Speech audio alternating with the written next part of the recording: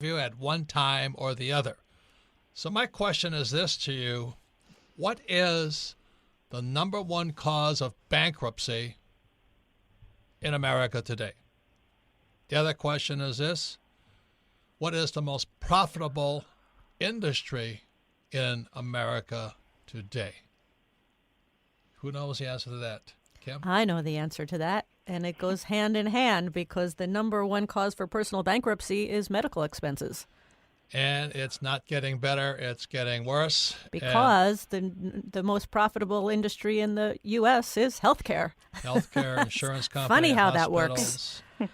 So anyway, the reason it's important to all of us, regardless of where you live in the world, is that the title of the book we're discussing today is called An American Sickness.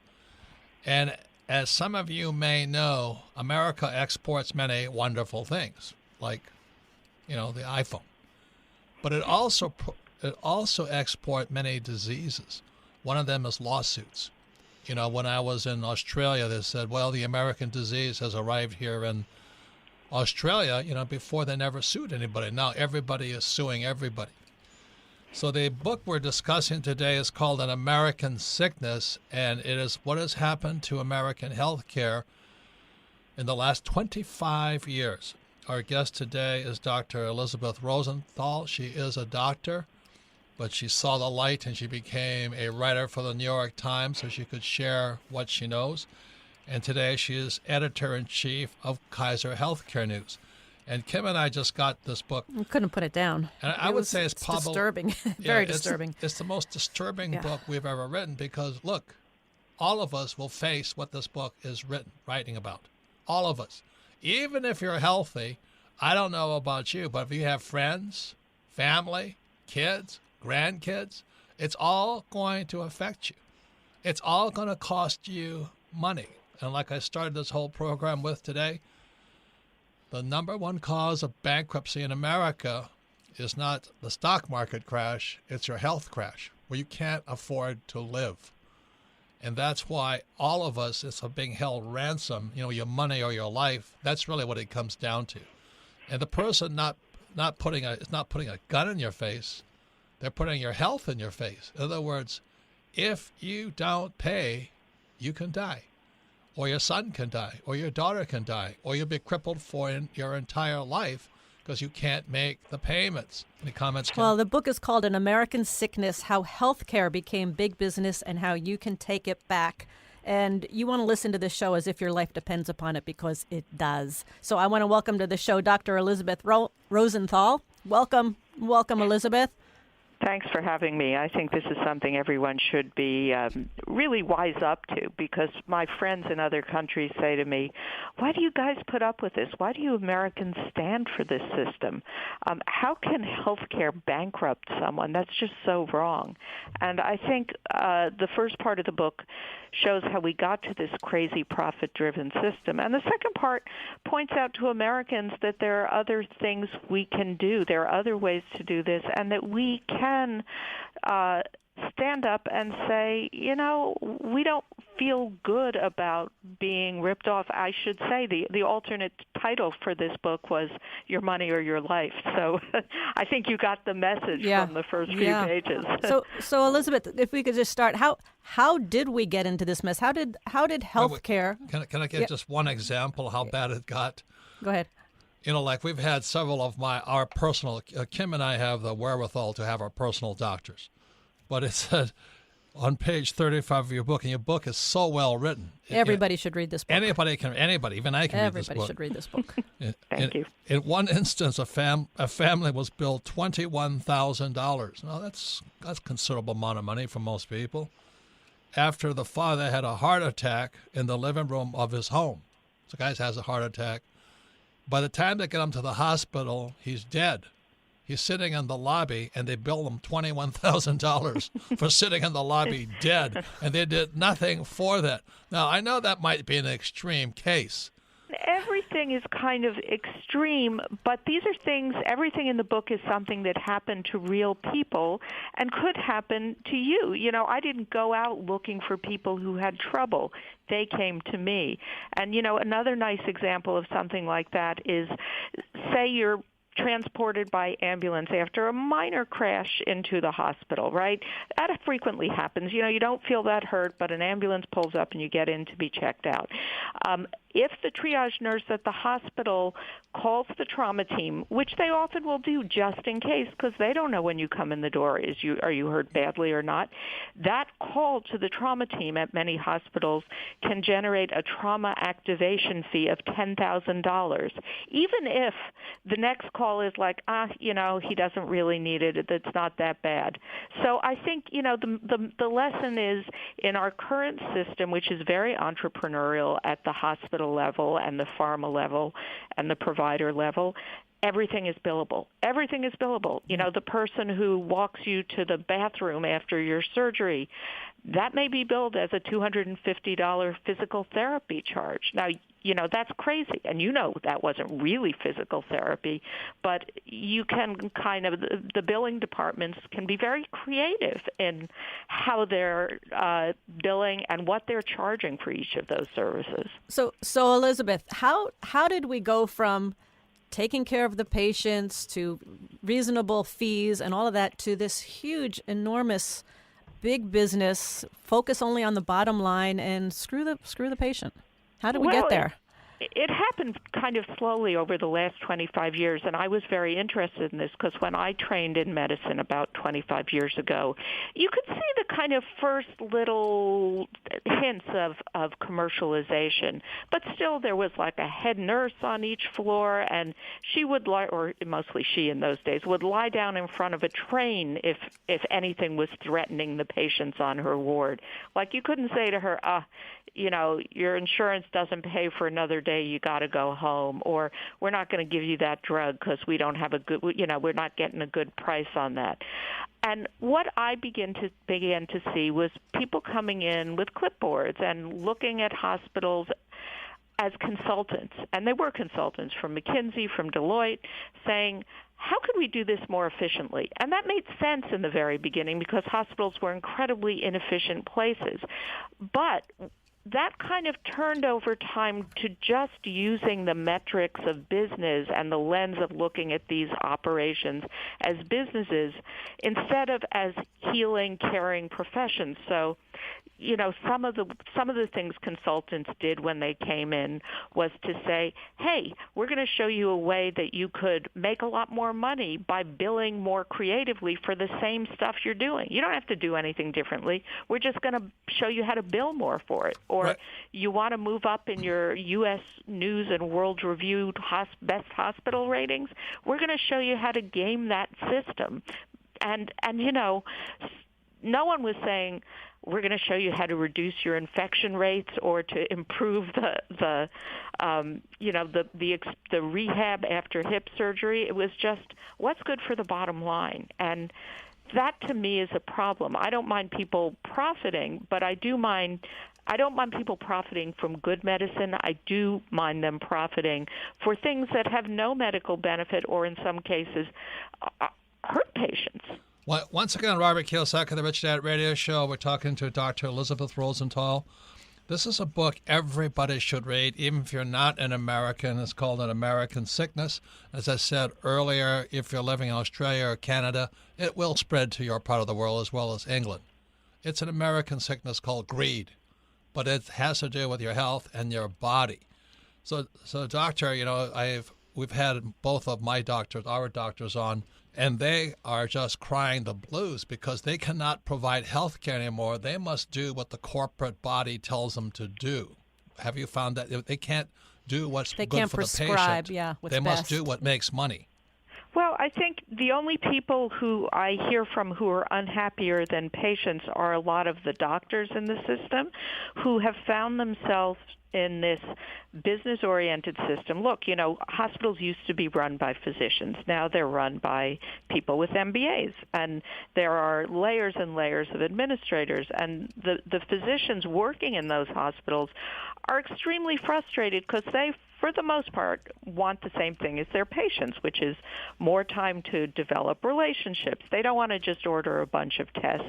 They want to think about what they do. They don't want their patients ripped off, right? So I hear from surgeons from, conservative red states who say, I felt really good about taking out that patient's appendix and saving his life. And then he came to me and said, hey, doc, thanks, I feel much better, but I've got this $25,000 bill from the hospital that I can't pay. So, your physician doesn't want to bankrupt his patients, and he doesn't want his patients ripped off. But they are stuck in this system that incentivizes values of business, which are efficiency, revenue generation. And, there are some doctors, of course, who are very entrepreneurial and have run with that and are making tons of money on it. But I think for the most part, doctors went into medicine because they wanted to take good care of patients, and they wanted to do that in a way that was respectful of their finances. And that's really hard to do right now. Well, we had our own experience with Robert. You had your experience last year. Well, last year, doctor, I got a little nick on my one of my fingers. I was cutting some chicken. Mm-hmm. And $34,000 later, with one suture in it and an overnight stay, I had a direct experience of what you were talking about. And then plus the finger blew up the next day because it got infected, and it turned purple. And I walked in, and as soon as the doctor saw me walking in, he took a vacation in Mexico or something, $34,000. $34,000 for a little cut. A single suture. Unbelievable. In the emergency room, yes. I assume. Yep. This is where we see some of the biggest charges. And look, we go to an emergency room often, which is in network, right? So we don't think we're going to get hit with these charges. And then the doctors who see us in the emergency room are out of network, and that's where you see these mammoth charges. And it's really, really. I've seen bills for stitches that ranged from $1,000 to $45,000, minor stitches. And I always like to point out when we're talking about international comparisons that I'm slightly accident-prone and a runner. So I fell when I was running in Rome and got a big gash in my forehead. I went to Gemelli Hospital, which is the Pope's hospital, so no shabby operation. They stitched up my forehead and apologized profusely for charging me $100. So how much should stitches cost? Well, okay, maybe $100 is kind of on the cheap end, but $34,000 is definitely, imagine if groceries or cars or something else were priced at that level. I mean, there would be a huge uprising, and I think half of the way we got there is for a long, long time, insurers paid most of these costs, so we didn't see them, right? So maybe you saw in your explanation of benefits that your insurer had paid $10,000 for something that seemed pretty minor, and you just thought, oh, well, at least it's not me paying. But now, there are rising premiums, rising deductibles, rising copays. So now we're feeling those costs. And when people say to me, wow, why are the premiums going up? Well, it's because in the background for years, these charges were going up and up and up to things like $34,000, $45,000 for stitches. And how do insurers react to that? They're not going to eat the cost. They're for-profit companies. They figure out a way to pass it on to the consumers. Once again, it's Robert Kiyosaki, the Rich Dad Radio Show. We're talking to everybody out there because of today's radio program. Regardless if you live in America or not, will someday affect you. And this is especially true if you say, well, I don't have to worry, I'm healthy. Well, do you have brothers and sisters who may not be healthy? Or if you get in an accident. Or you have kids who are not healthy. What's gonna number one cause of bankruptcy today is healthcare. And the title of the book is An American Sickness. I would call it an American disease, just like lawsuits are an American disease. So coming up, we'll find out more about corporate corruption and medical corporate, corruption, and more importantly, what you can do. Thanks for tuning in to the Rich Dad Radio Show. If you like what you're hearing, go to iTunes or Android, subscribe to the show, and leave a rating and review to help other financial investor needs asset protection. Entities like LLCs, S or C Corps are vital to protect yourself and your business. Let Corporate Direct guide you through the process of forming a corporation or LLC. Corporate Direct is owned by Rich Dad advisor Garrett Sutton and is Robert Kiyosaki's choice for corporate formation. Mention Rich Dad and receive $100 off a formation. Call 800-600-1760. That's 800-600-1760. Or visit online at corporatedirect.com. That's Corporate Direct. old and young. Our guest is Dr. Elizabeth Rosenthal. Her book, An American Sickness. I would highly suggest you go out and read this book because I feel frustrated, in fact, in the idea that we don't have enough time to cover what she knows and what she suggests.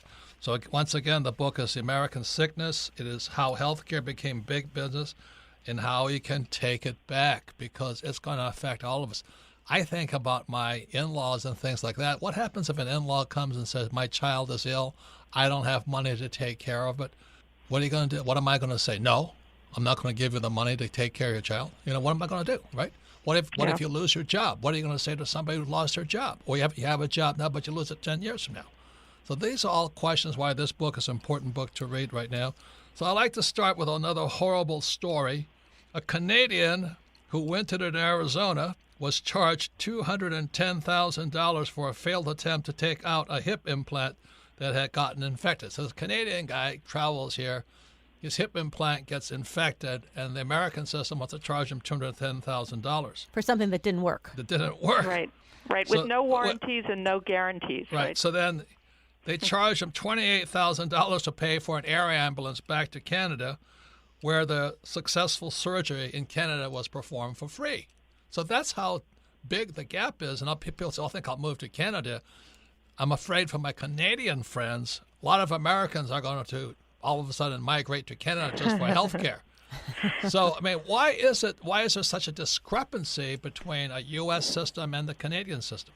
Well, because we pay whatever the market will bear. And since most of us are not paying out of pocket, and our insurance providers, they don't really care how much it's being charged to you for. They can pass it along in premiums, right? So they don't. I had one guy, another horror story, who was charged $117,000 for an assistant surgeon who was out of network. He had neck surgery. The primary surgeon got $6,000. What does out of network mean? It means that the second surgeon didn't have a contract with his insurer, so they hadn't negotiated a price in advance. So that meant the out-of-network guy could charge whatever he wanted, right? And so the patient, a guy named Peter Dreyer, said, whoa, $117,000. This surgery didn't even need a second surgeon, and I don't know this guy. I never even met him. He just came into the operating room to help. I'm not paying it. The insurer said, oh, okay, all right, you don't have to pay. And then the insurer paid the guy $117,000. So, we like to think, oh, the insurer's in our corner. They're not. We don't think our car insurer is in our corner or our home insurer. They collect premiums and they pay out bills. And they are not your advocates, so we have to be our own advocates. Yes. So, we don't all have the option of flying to Canada when things don't work out. Although I'm considering it right now. I do know. I had another patient a Canadian who was a professor in Minnesota. His kid got cancer.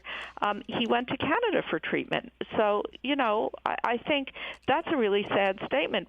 And part of what I want to encourage with this book is for Americans to realize there are things we can do. We are kind of complicit if we don't stand up and say, that bill doesn't seem reasonable to me, as we would at the grocery store or at the when we're buying a car.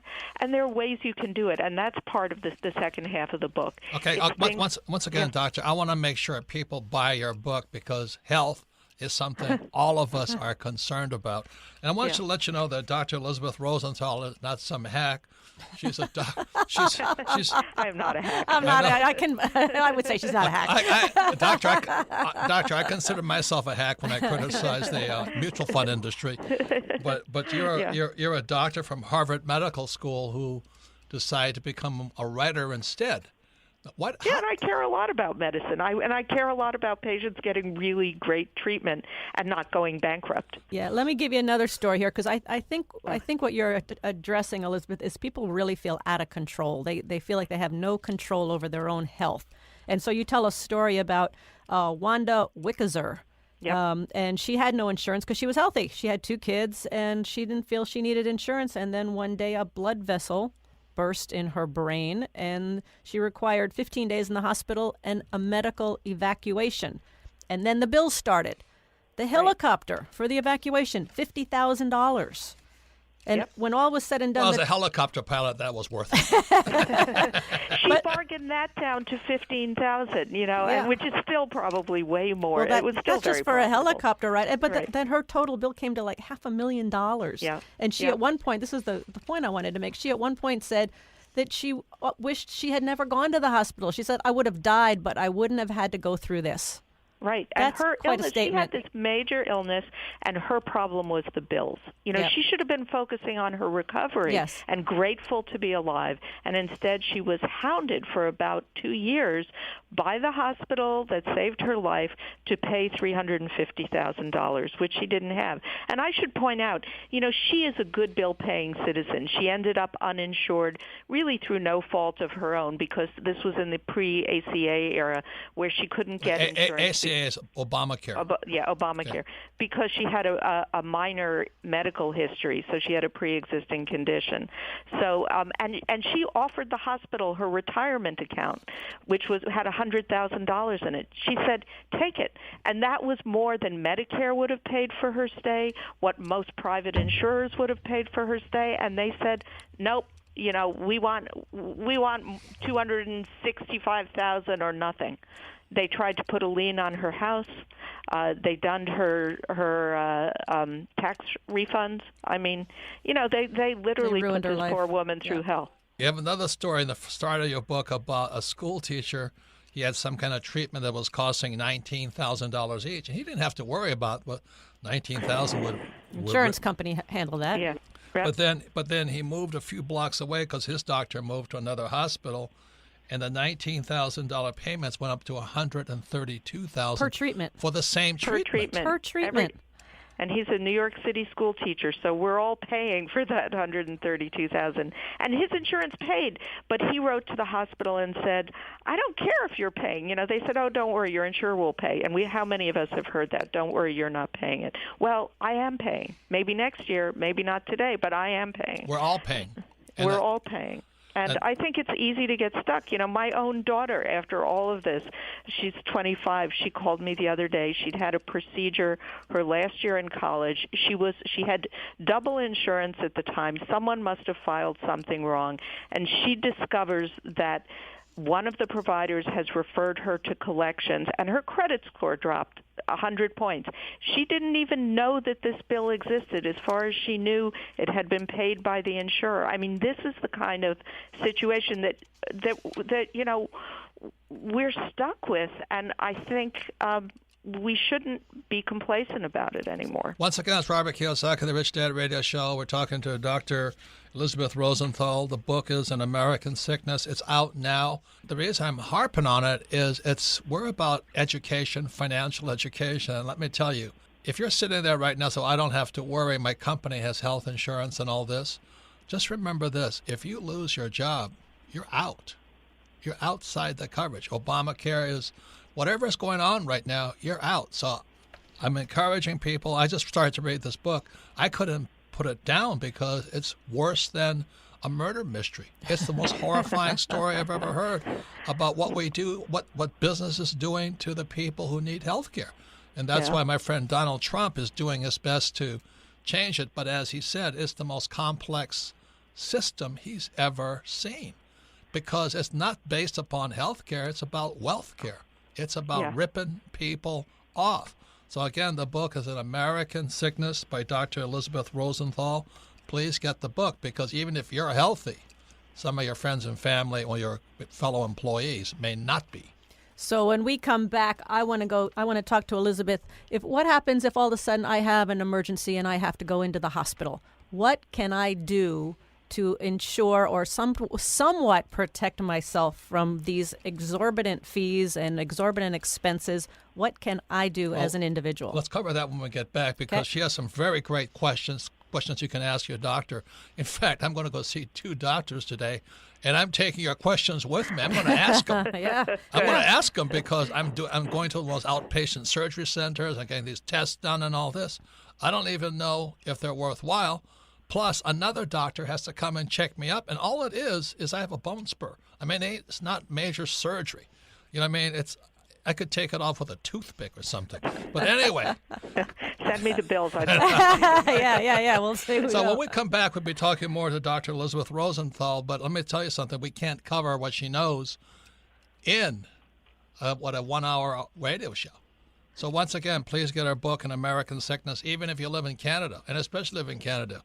All my friends drive to Mexico to get drugs down there. And I've done that myself. Because the American system, as she says, is so corrupt. It is beyond corrupt.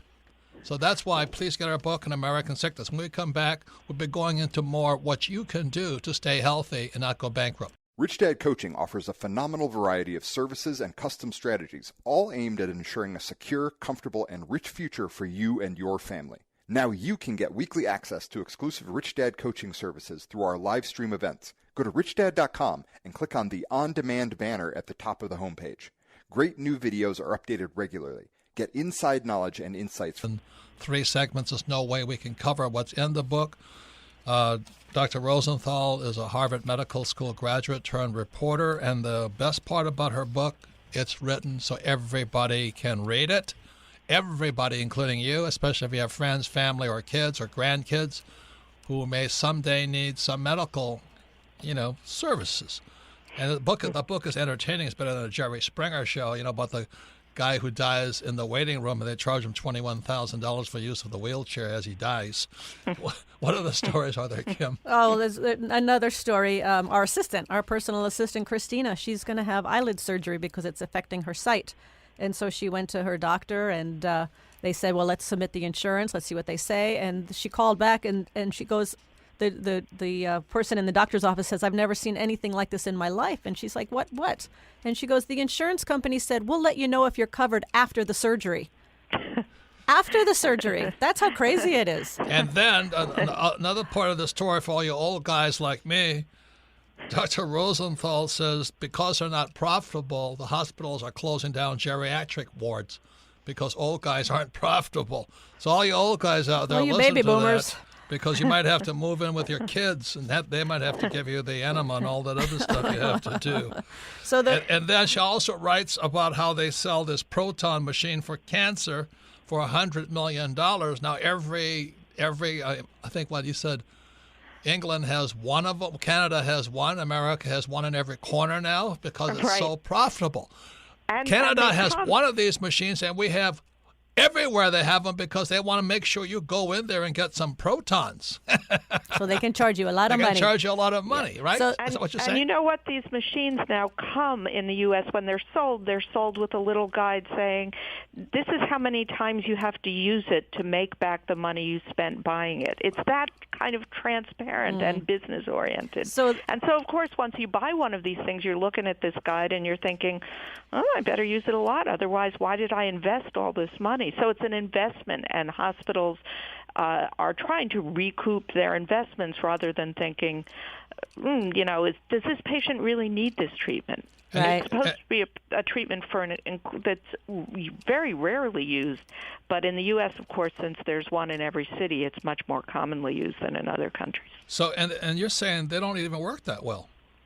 Well, like many of the very expensive things in our system, they were developed for a very, very small number of patients who had a very specific need. But that doesn't support buying the machine. So all of these things that were developed for a very narrow segment of people are now used much more broadly in patients who don't benefit or would have benefited from something much simpler or may not benefit, or may benefit more from something that's cheaper, but there's no revenue model for something cheaper. So what you're saying then, they gotta diagnose you to need this machine, otherwise they go broke too. Yeah, Yeah. Or they give you all the other tests that aren't necessarily necessary, so they can charge you for the tests that you may not even need. Yeah, I mean, there's, testing is like, I like to say it's like booze at restaurants. You can charge whatever you want for it. And since insurers pay, most people don't react. So we see, like an echocardiogram, and you mentioned you're having a minor procedure, which is often a preface to surgery in hospitals, can cost anywhere from $1,000 to $10,000, depending on the hospital. And P.S. in other countries, it costs about $150, even if you're paying on the private market. So there's no rhyme or reason to this, and you don't know it ahead of time, right? Imagine if you went to a grocery store and you bought a bunch of stuff, and then a month later you got a bill saying, oh, that was $3,000, with no itemization. Like, you would never eat again, and that's how we shop for health care, or quote-unquote shop for health care. And you're also saying that some hospitals sell their patients? You know what I mean, for a dialysis or for this proton machine? I mean, hospitals tend to concentrate on things that are profitable. So they want to do, for example, the heart surgeries and the hip surgeries and the knee surgeries. But things like dialysis and transitional care for older people, which is maybe you don't really need an acute hospital, but you're not quite ready to go home, that kind of care isn't profitable. So it's either closed, the transitional units are closed down, and dialysis is outsourced to for-profit companies, which, they'll say, oh, we do so much of this, we're really more efficient. A number of patients will say, they're cutting corners. It's like, McDonald's. They're really efficient in getting out hamburgers, but it doesn't really taste like a very good hamburger. So the hospitals sell those patients. So I go in, I need dialysis. They say, oh, this guy's worth $50,000 to me. I'll send it to my friend's outpatient clinic down the street. Right. Well, they'll generally sell their entire dialysis practice to a for-profit company that will take it over out of the hospital. And the book is called An American Sickness, How Healthcare Became Big Business and How You Can Take It Back by Elizabeth Rosenthal. And in the book, this is what's really great, is in the book, you actually go into what you can do. If you go into a doctor's office, how do you talk to the doctor? What questions to ask? If you go, so for example, let's say I have an emergency and I have to go to the hospital. Elizabeth, what do I do? How do I protect me? Well, I think there are things we can do. So the first thing is go to a hospital that's in your network, right? So, and when you get to the hospital that's in your network, ask and say, I will only, when you sign those forms that say, I agree to pay for anything and everything, write on it, I will only pay for doctors who are in my network, or only services who are in my network. If I'm going to an in-network hospital, I'm not going to pay for an ER doctor out of pocket or a radiologist out of pocket. So ask those questions. Also in the book, which I'm very proud of, are some letters you can send to your hospital.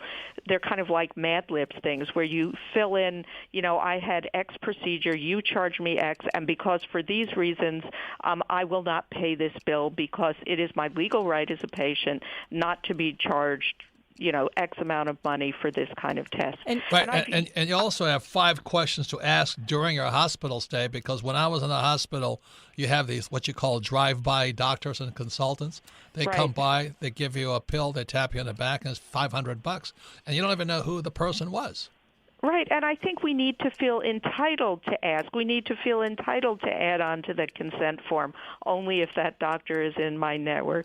We need to feel entitled when we get a bill that doesn't make any sense to write that protest letter and say, I am not paying this bill for these reasons, and let's talk about what would be a reasonable charge. And you say that most people don't even ask for the itemized bill. And sometimes if they ask, the hospital doesn't want to provide the itemized bill because they know it's chock full of all sorts of things. It's upcharged, right? Yeah. But it is your right to have an itemized bill. And guess what?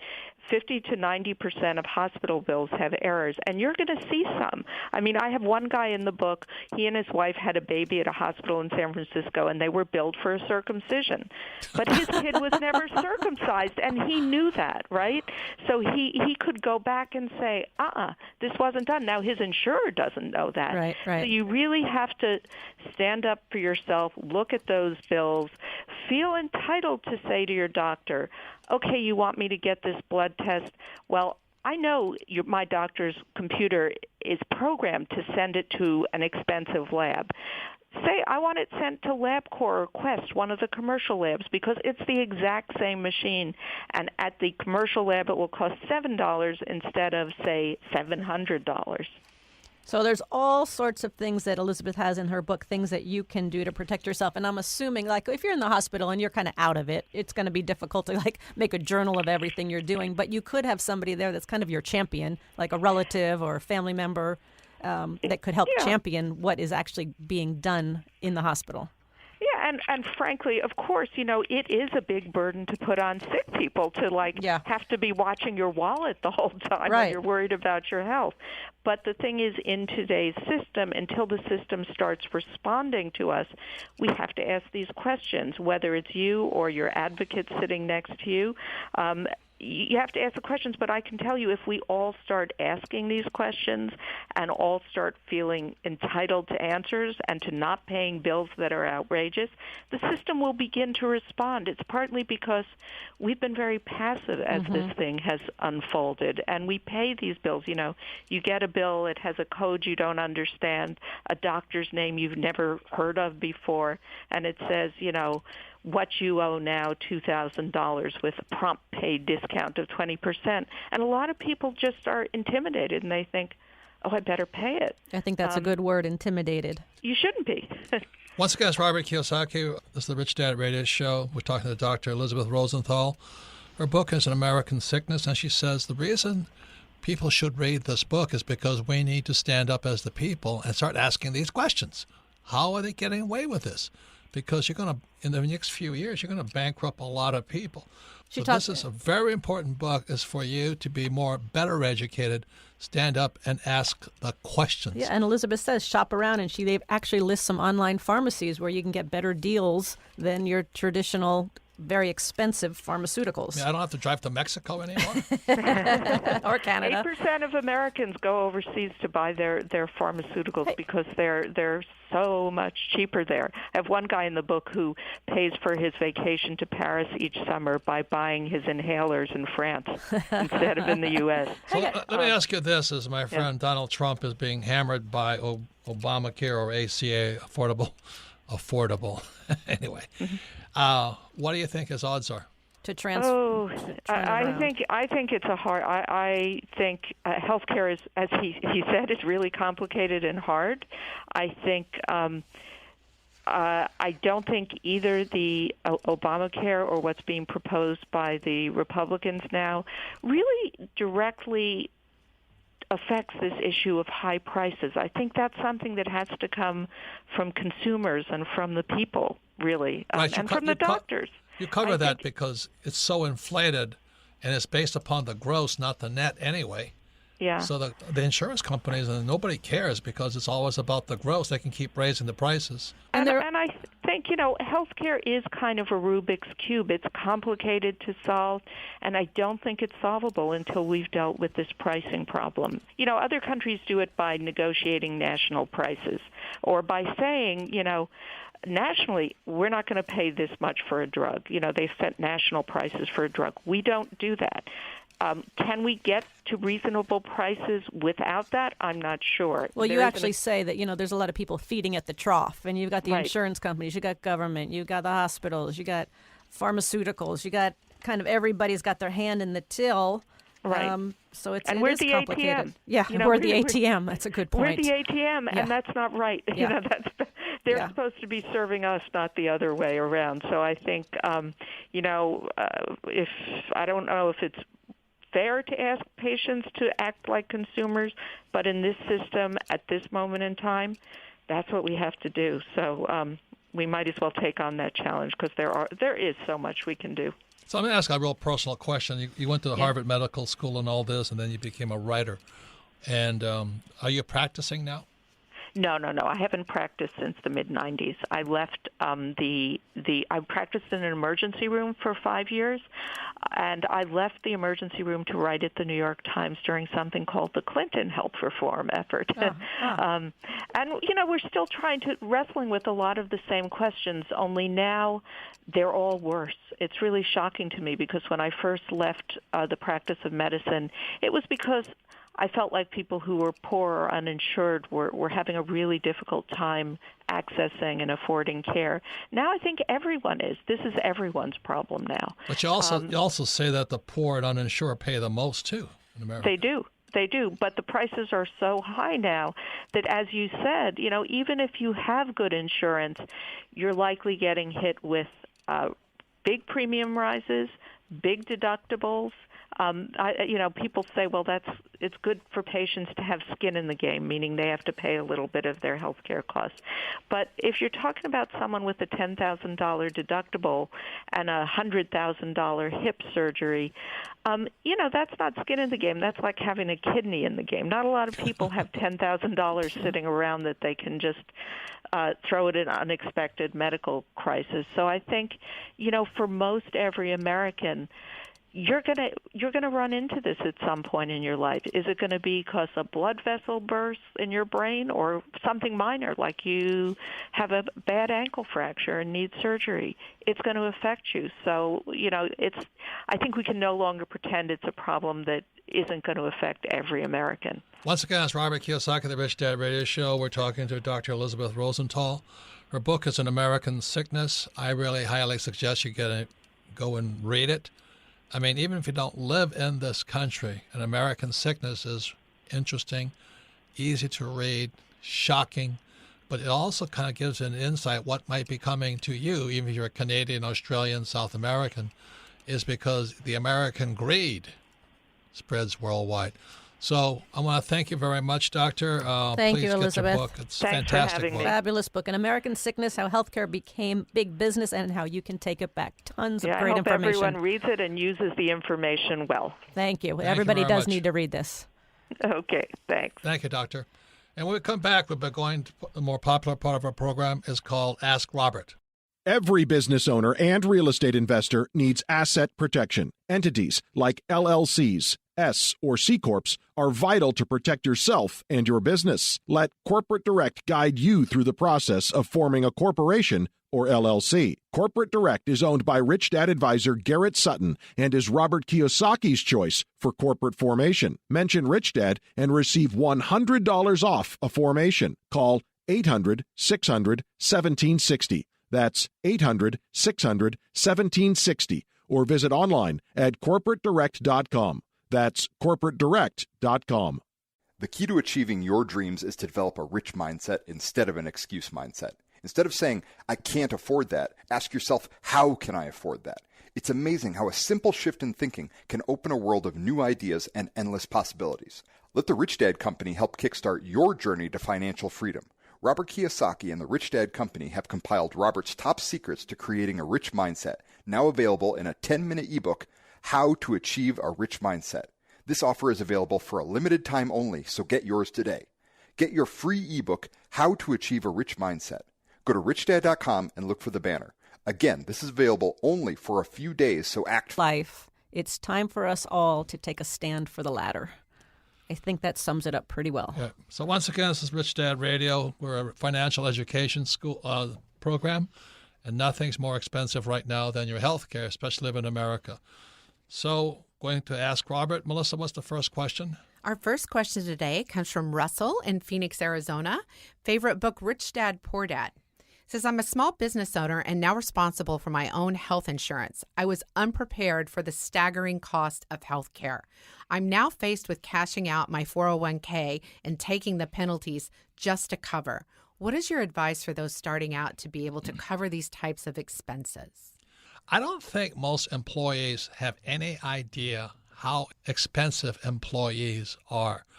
Kim and I own a number of companies, and, I talk to most employees. I think they're kind of in la-la land a lot of the time. They just don't know how expensive job security and benefits are, which makes it hard to grow a business or the economy anywhere because, as Dr. Rosenthal points out, our own health practitioners from the corporate guys and all this are just ripping us off left and right. And so we wonder why there's no job growth and why my friend President Trump is out there fighting to get this thing fixed. But the answer to the question is, thanks for the question. You're now aware. But that's why we have the Rich Dad radio program. The way you pay for your health care is you got to make more money. I mean, pure and simple. You got to learn how to sell. And that's why we have Blair Singer in his book, Sales Dog. That's why Kim and I talk about why we recommend the network marketing industry. Before you quit your job, learn how to sell. If you can't sell, you can't afford it to be an entrepreneur. Most entrepreneurs can't sell. They may have a PhD in, Tibetan language or something, but if you can't sell, that PhD means nothing. And you can't afford to feed your family, your house, and all this stuff. So that's why we have the Rich Dad radio program. And that's why, for most people, going to school is pretty much a waste of time if you're going to be an entrepreneur. You're going to be an employee, going to school is fine. But you're going to be an entrepreneur, you have to have different skill sets. Any comments, Kim? Well, I would say, Russell, welcome to the world of entrepreneurship.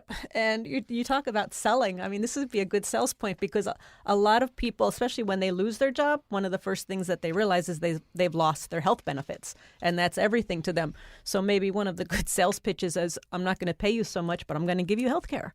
So maybe you just got to be a little more creative. So it's a huge issue, and hopefully we'll get some solutions here in the near future. But as Elizabeth said, you got to stand up and you got to be your best advocate. And I'm requesting the employees in my company, our company, listen to this, because I don't think most of them have any idea how much it costs an employer to hire an employee.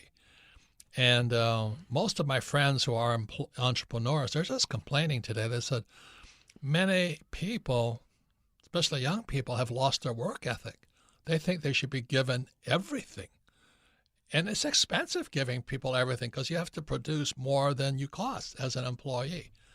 So that's why, we've had our CFO, Jack, up here listening to this. Hopefully he'll pass it on to our employees because they just think healthcare is not any big deal. It's very, very, very expensive. So that's why we have the Rich Dad Radio Show, which is a great question.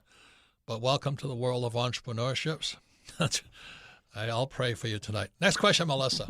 Our next question comes from Jerry in Ogden, Utah. Favorite book, Rich Dad, Poor Dad.